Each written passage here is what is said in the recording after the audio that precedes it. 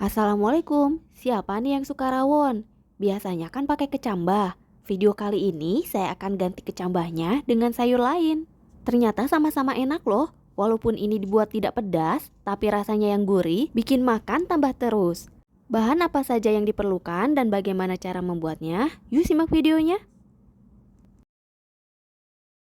Untuk resep kali ini saya akan menggunakan tulang sapi. Ini bebas aja ya, mau menggunakan daging, maksudnya daging sapi, tulang rusuk sapi, ataupun tulang sapi seperti ini. Sebelumnya ini sudah saya rebus selama 2 jam, jadi kaldunya keluar banget. Air rebusan pertamanya saya buang. Saya rebus sekitar 10 menit, kemudian saya ganti airnya. Lalu saya tambahkan 2 siung bawang putih dan saya rebus kembali selama 2 jam.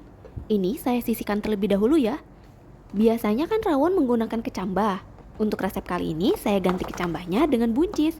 Saya gunakan sekitar 1 genggam seperti ini. Nanti buncisnya akan saya potong-potong. Kalau nggak ada buncis bisa juga loh menggunakan melinjau yang masih muda. Itu loh melinjau yang masih hijau. Selanjutnya kita siapkan untuk bumbu halus. Saya menggunakan 1/4 sendok teh asam jawa. Kemudian gunakan juga 1/4 sendok teh jintan dan setengah sendok teh ketumbar. Ini lebih baik disangrai terlebih dahulu ya, tapi kalau nggak disangrai juga nggak apa-apa. Kemudian saya menggunakan 5 siung bawang merah. Ukurannya cukup besar ya, kalau ukurannya kecil bisa disesuaikan. Agar rasanya seimbang, saya juga menggunakan 4 siung bawang putih. Semua bumbu ini akan dihaluskan. Untuk menghilangkan aroma dagingnya, saya juga akan menggunakan 1 iris jahe. Selain itu, saya juga akan menggunakan 1 ruas kunyit. Kunyit dan jahenya juga lebih baik dibakar dulu, tapi kalau enggak juga nggak apa-apa. Agar rasanya lebih gurih, saya akan menggunakan 3 butir kemiri. Nah, satu bahan ini nih yang wajib ada kalau bikin rawon, kluwek. Saya menggunakan 5 buah kluwek. Sebelum digunakan, cicipi dulu ya. Kadang kan ada tuh kluwek yang rasanya asam atau jadi sedikit pahit. Jangan digunakan kalau rasanya seperti itu. Nah, untuk bumbu cemplungnya saya menggunakan 1 buah serai. Kemudian saya juga menggunakan 2 lembar daun salam. Gunakan juga setengah bagian tomat. Saya gunakan setengah bagian karena ukuran tomatnya cukup besar. Kalau tomatnya kecil, gunakan 1 buah utuh ya. Ini kan saya buat rawonnya tidak pedas, jadi akan saya tambahkan cili api sebagai toppingnya. Kalau yang suka pedas, bisa ya cili apinya ini dijadikan sebagai bumbu halus. Oh ya, berikut rangkuman bahan-bahannya.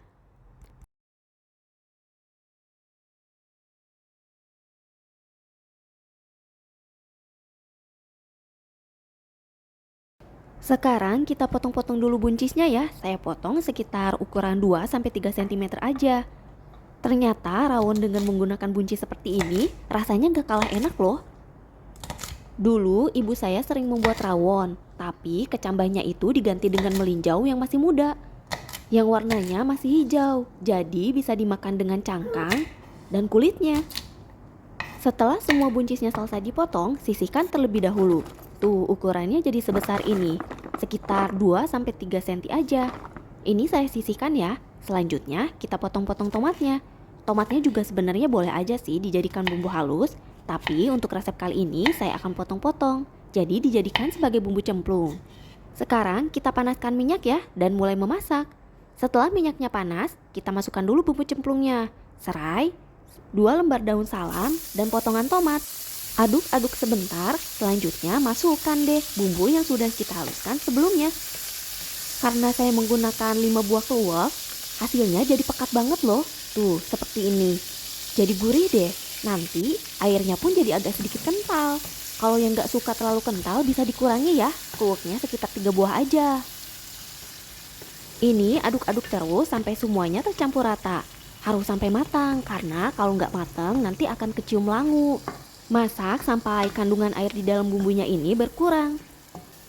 Aduk-aduk terus ya, jangan sampai gosong, karena kalau gosong kan nggak kelihatan warnanya sama-sama hitam. Jadi kita nggak bisa bedain ini gosong atau enggak. Setelah bumbunya matang dan cukup mengering seperti ini, baru deh kita masukkan kaldu sapi beserta dengan tulangnya. Untuk pembuatan kaldu sapi ini kan memang agak lama ya. Jadi biasanya saya membuat 1 hari sebelumnya. Kalau nggak ada kaldu sapi, bisa kok menggunakan kaldu bubuk. Tuh, saya tuangkan semuanya seperti ini. Ini kan sudah direbus 2 jam tuh sebelumnya, jadi dagingnya empuk banget loh. Nah, ini jangan lupa diaduk-aduk agar bumbunya merata dan meresap ke dalam daging. Masak terus sampai mendidih.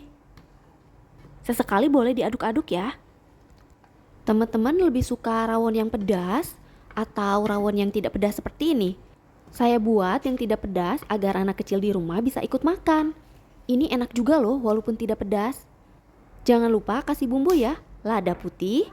Kemudian saya juga masukkan kaldu bubuk, ini opsional aja ya. Gak dikasih kaldu bubuk juga gak apa-apa, kan udah ada kaldu sapinya ya. Kemudian saya juga menambahkan garam. Tambahkan secukupnya, karena kuahnya banyak, jadi saya gunakan garam yang cukup banyak juga. Aduk-aduk sampai semuanya tercampur rata. Masak terus sampai semuanya mendidih dan bumbunya cukup meresap ke dalam daging. Jadi sayurannya jangan dulu dimasukkan, kita tunggu dulu airnya ini agak sedikit asat agar bumbunya meresap ke dalam daging. Udah kebayang belum? Gurihnya kaldu sapi ditambah dengan kluwek. Wah, enak banget deh.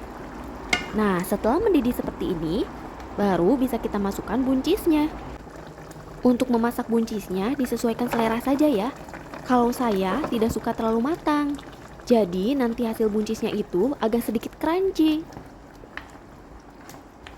Aduk-aduk sampai dirasa semuanya matang. Tuh, kuahnya jadi sepekat ini. Kebayang gak sih enaknya? Gurih banget. Ini dimakan dengan nasi putih, alhamdulillah enak. Cek rasa terlebih dahulu ya. Kalau semuanya udah pas, baru deh kita matikan kompornya. Rawon tulang sapinya udah jadi. Gimana? Cukup mudah bukan untuk membuatnya? Dagingnya empuk, kuahnya yang enak, bikin makan tambah lahap.